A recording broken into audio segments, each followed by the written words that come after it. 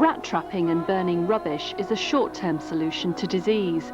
In the long term, India may have to pay more attention to conditions in slums appearing in almost every urban area. A quick drive around Sarat allows a simple appraisal of the poor dwellings many citizens live in. It's in slum areas such as this, in Bed Road in Sarat, where the first plague cases were discovered. Slums like these sprang up as a result of Sarat's rapid industrial growth, which attracted many workers from the countryside into the city. However, town planners have been unable to provide adequate sewage systems and sanitation to cope with the numbers of people. Workers from other states settled in unplanned areas like these. Voluntary organisations now patrol the areas around Bed Road.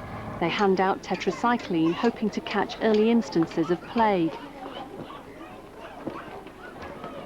With so much rubbish on the streets, it's hardly surprising that diseases fester. Did it start here, in this place? Yes, this area just started, no? 12 cases, just I asked that fellow, I just personally asked, he said that some 12 cases were in this society and some other 8 cases in near society. They have got the symptoms of the type. They have gone in the hospital and 12 expire.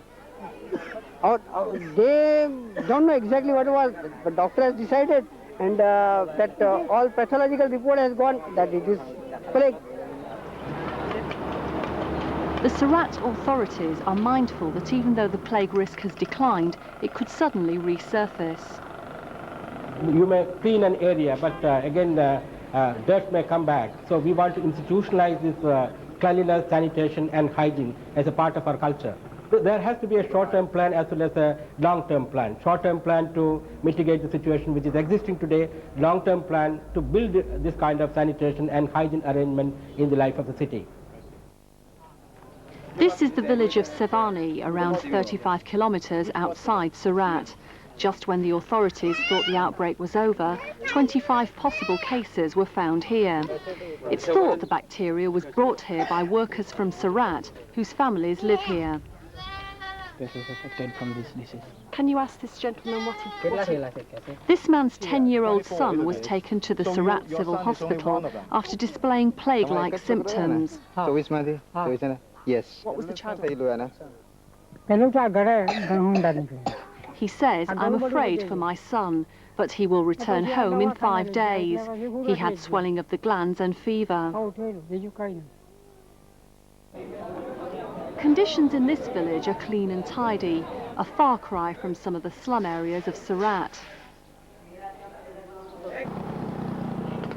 In the Sarat suburbs, workers like these try to eke a living out of searching through rubbish to collect plastic, which can be sold for recycling. In a day, this man makes 35 to 40 rupees, around 10 Hong Kong dollars. The need for money overrides any fear of plague or danger to his health. He knows some plague, but not afraid. Yeah. It definitely hurts us when you see these things, because with these surroundings we are not able to live a very healthy life, and we will like this to be cleaned as soon as possible.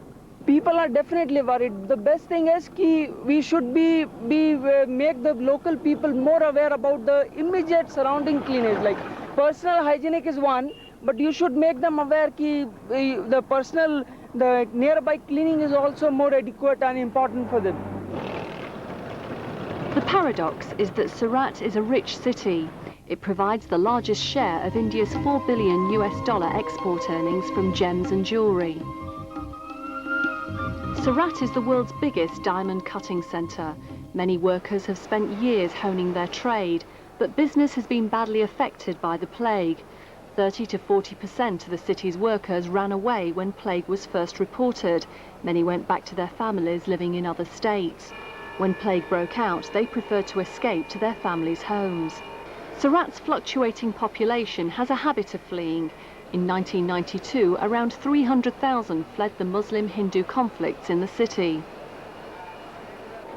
This diamond factory was lucky this time. Workers stayed put as their accommodation is provided by the employer. They have more at stake here, so fewer left despite the plague scare. However, other diamond cutting factories claim up to 1/3 of the city's 3,500 diamond cutters left the city. It means they were unable to complete their orders. Textiles is also big business in Sarat. In this factory, most of the workers are from Sarat and did not run away. This worker says he's not afraid. No. Why? You can? People can kill. તમે કેમ નહીં ગભરાયા? અહીંયા લોકો મરી જતા રહે તો? અહીંયા આદમીઓ તો એટલે ગભરાય નહીં અમે. He is local people and he knows very well. There is nothing to afraid. The loss may be as much as say 400 million rupees per day, because this is a bustling industrial city with a large number of industrial units engaged in texturizing, power loom and diamond cutting and polishing. 800,000 people are employed. International reaction to the plague caused further setback.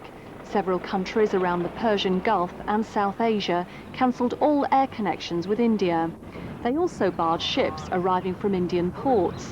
That halted a trade in food and commodities worth millions of US dollars. Kay Sital is a Hong Kong businessman visiting India. He believes there has been an overreaction to the plague problem, but whether or not that's justified, it will have a bad effect on business throughout India.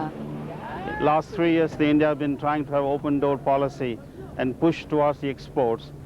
And Surat area, especially, there are two major industries, diamond cutting and the textile industry. That definitely those two industries have closed down, and that's going to affect the earning of the foreign exchange for the country. The economic losses are filtering down to the poorest. In the shadow of this fairground is a small shanty town.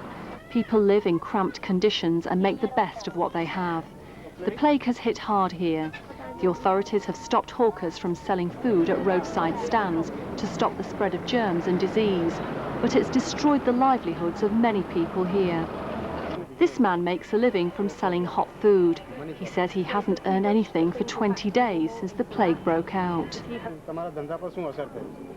असर तो गया ना भाई, 20 दिन से बैठ के खा रहे हैं, फिर खाने के लिए मुझे धंधा करने को नहीं मिल रहा है, फिर तो परेशानी है ही है ना. It's difficult to bring up a family in conditions like this. This man drives a rickshaw. He has 2 children and has lived here for 13 years. He says the officials don't support his community. There are sanitation and lice problems. Sometimes there are malaria outbreaks. They get no help from the local government. Recently, during the floods, the houses were knee-deep in water, but there was no help by the government to clean up the area. Others are more charitable to the local government. The local government, with its own resources, is doing the best he can. Because given the resources they are having at the disposal, they are doing the best they can do. Because since the city was only planned for, say, 1 million people, at present there are 2.5 million people. So in order to cope up with this increased number, it is very difficult for them. As a matter of fact, for the last 15 days in Surat, we have been undertaking massive cleaning operations. As much as 13,000 metric tons of silage and dirt has been already removed, which is being repeated in the villages also. We have got as many as 400 teams providing prophylactic treatment, that is tetracycline. And tetracycline, given at the right time, is a sufficient panacea for preventing the disease. Now life in Sarat is gradually getting back to normal. Shops which closed after the plague outbreak are beginning to open. The ever-popular cinema halls will soon open their doors. They were shut down to stop disease spreading amongst the crowds. Parks and schools which were closed are expected to open soon. The people of Sarat pray for a divine helping hand.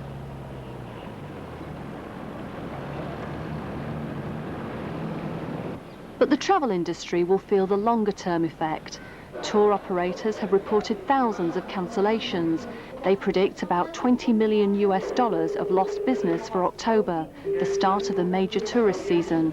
For 3 months we'll feel the effects of this because all groups coming in are generally booked in advance. We need that flow of foreign exchange that comes in. We have a lot to show foreign tourists, and hopefully, we'll be able to build that industry up. I would say that what has happened in Surat is a hiccup.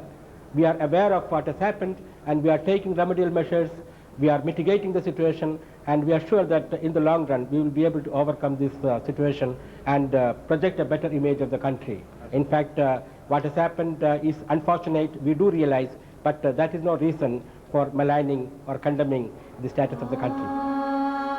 Plague is not just an Indian problem. Isolated cases occur throughout the world. More than 6,000 cases were reported worldwide during the 80s. The last Indian epidemic occurred back in 1954. The country is slowly galvanizing its resources and counting the cost of this latest outbreak. How well it recovers may be a test of its true economic strength and the resolve of its people.